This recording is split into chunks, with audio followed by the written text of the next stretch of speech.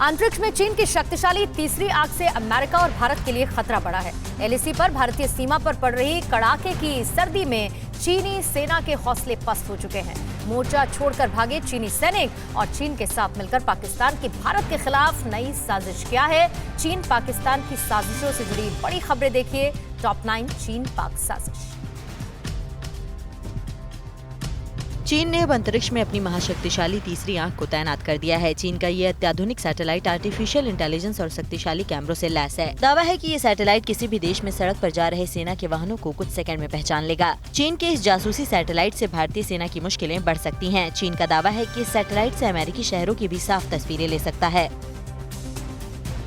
LAC पर भारत को गीदड़ भभकी देने वाले चीनी सेना के जवानों का जोश लद्दाख में पड़ रही हड्डी गला देने वाली ठंड में ही उड़ गया है। ठंड में चीन अपने जवानों को भारतीय सीमा के पास तैनात नहीं कर पा रहा है। पहले भी चीनी जवान ठंड में मैदान छोड़कर भाग चुके हैं। अपने ज्यादातर सैनिकों के मोर्चा छोड़ने के बाद चीन ने सीमा के पास रोबोट की तैनाती करनी शुरू कर दी है। चीन का दावा है कि उसके रोबोट मशीन गन भी चला सकते हैं।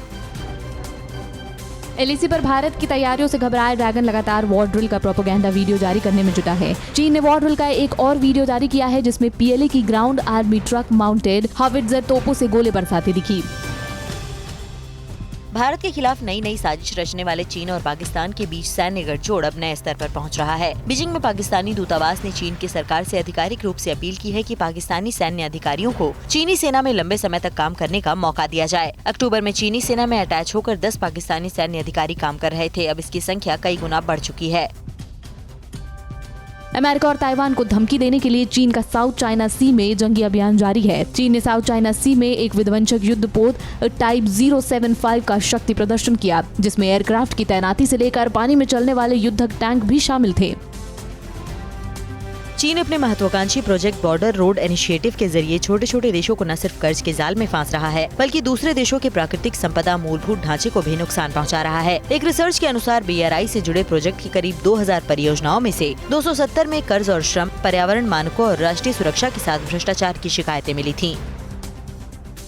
अमेरिका के भारी भरकम रक्षा बजट को लेकर चिढ़ा चीन अपनी खींच निकालने में लग गया है। चीन के सरकारी अखबार ग्लोबल टाइम्स ने कहा है कि इससे चीन पर कोई असर नहीं पड़ेगा। ये अमेरिका की शीत युद्ध की मानसिकता को दर्शाता है। अमेरिका भारी भरकम बजट से चीन के भीतर माहौल खराब करना चाहता है। अमेरिका को अपने बढ़ते कर्ज की चिंता करनी होगी। 2022 के लिए अमेरिका ने रक्षा के लिए $768 अरब का बजट बनाया है।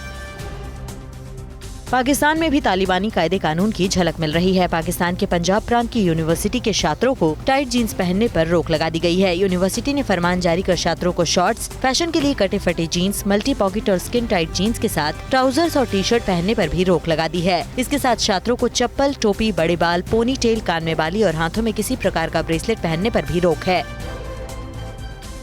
चीन में अब देशी शराब की पसंद बढ़ रही है। इसकी वजह से देश के तुर्पन इलाके में अंगूर के बागानों की संख्या तेजी से बढ़ी है। इस क्षेत्र में अंगूर से वाइन बनाने वालों की संख्या साल 2015 के मुकाबले दोगुनी हो गई है। पिछले साल चीन में प्रीमियम वाइन की खपत 27% बढ़ी है। कोरोना की वजह से बार बार लगे लॉकडाउन के बावजूद चीनी वाइन की मांग लोगों के बीच बढ़ी है। अड़ी सोमवार से शुक्रवार शाम 6 बजे सिर्फ TV9 भारतवर्ष पर।